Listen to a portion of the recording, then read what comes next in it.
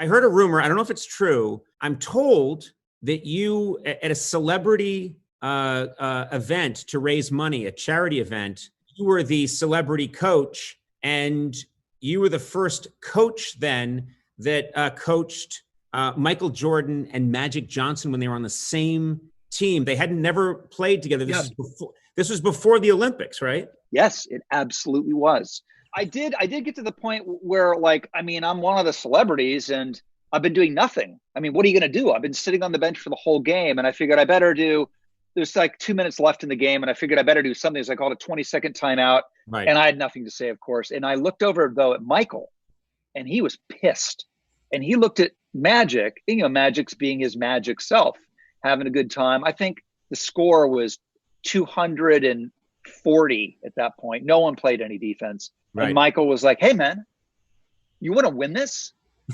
And all of a sudden, you could see a light bulb go off in Magic's head. He was like, oh, Jesus Christ, he means it. Yeah. And then, of course, it got really competitive.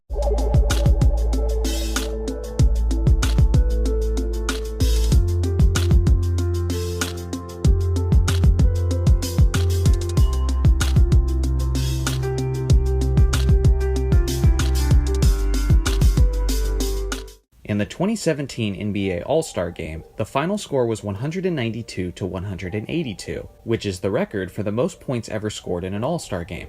Technically.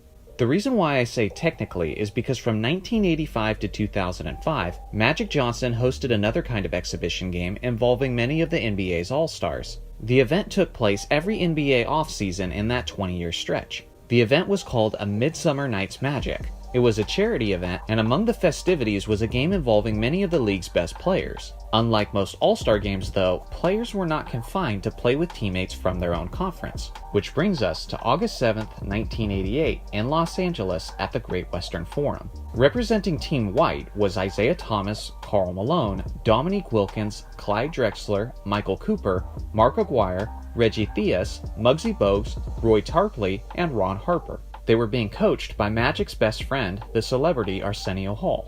The blue team was represented by Michael Jordan, Magic Johnson, Reggie Miller, John Williams, Mark Jackson, Cliff Levingston, Kiki Vanderway, and Spud Webb, and they were being coached by the great Rob Lowe. This is literally the most exciting thing that I've ever seen. Now first, here's what you need to know about this game. There are two kinds of All-Star Game fans. The first is the fan that prefers a close, competitive, and defensive-minded game, and then there's the second fan, who prefers minimal to little defense in return for a game with as many flashy highlights as possible. If you are the latter of All-Star Game fans, then this game is for you. The game was extremely loose, fun, and highlight-filled throughout. There were a couple great defensive plays early on, but let's be clear, those were anomalies. Anyone who says old school players always took defense seriously clearly never watched the Midsummer Magic games, because the obvious priority was to get as many reactions out of the crowd as possible. Several players excelled in that area more than others. Jordan had over 50 points with a number of fierce dunks and acrobatic layups. Unsurprisingly, Dominique Wilkins and Clyde Drexler were consistent crowd pleasers as well. On one particular play, Dominique dunked over Magic's back so hard that he nearly ended his whole career right on the spot. The score was back and forth throughout the game, but again, it wasn't the most competitive affair as both teams were scoring at a blistering pace. I just can't emphasize enough how insanely highlight-packed this exhibition match was, as it may have been the most dunk-heavy display from NBA stars that I've ever seen. One of the major highlights of the night was when the crowd was standing in excitement to see Magic Johnson go one-on-one with his all-time great defensive teammate Michael Cooper. At the end of the play, it was Magic who took home the bragging rights. Remember at the beginning of the video when Rob Lowe was telling Conan about Jordan's competitiveness changing the tone at the end of the game and how he was determined to win? Well, now we're entering that sequence. With less than 20 seconds left in the game, Jordan brings the ball up and then makes his move. After drawing the double team, he then finds Kiki Vanderway for the layup underneath. Not only did the basket give Jordan and the Blue a 1-point lead with only 10 seconds remaining, but it also gave the team their 200th point, which has never been done in any other form of NBA basketball. The Jumbotron could only display a 00 and the word tilt since it wasn't even designed to display as high as 200 points. Now it's Team White's turn. The ball gets inbounded and is given to Dominique in the post. He drives baseline and hits a very difficult layup to put his team back up by 1 point with only 5 seconds remaining. Now it's back on Jordan's shoulders. The ball is inbounded to him, he drives towards the middle, and he's fouled from behind while attempting a jumper.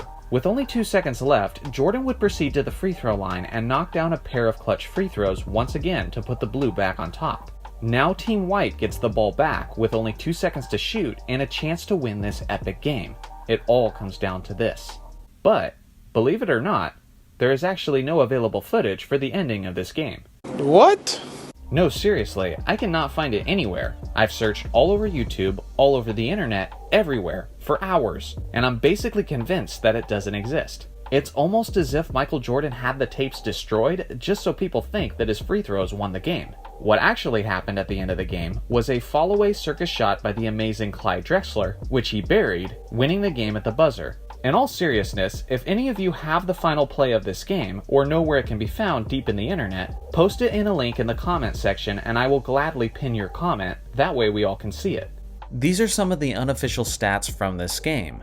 Michael Jordan obviously led the way for Team Blue, as he dropped 54 points, 7 rebounds, and 5 assists on 56% shooting. He was also basically living above the rim, as he entertained the crowd with at least 10 total dunks in this game alone. As for Team White, Dominique Wilkins led the way as he was going toe-to-toe with Jordan, which was quite common for the two stars during their primes. The human highlight film had 46 points and 9 rebounds on 66% shooting. The game-winning hero, Clyde Drexler, finished with 29 points, 8 rebounds, and 4 assists on 78% shooting. On a somewhat humorous note, this was Magic Johnson's annual event, but at that point, his team had lost every single year he participated, as he lost in 86, 87, and now 1988, making him 0-3 in his own contest. After this, he went on to lose in 89 and 1990 as well, giving him an 0-5 start before he finally won the event in 1992.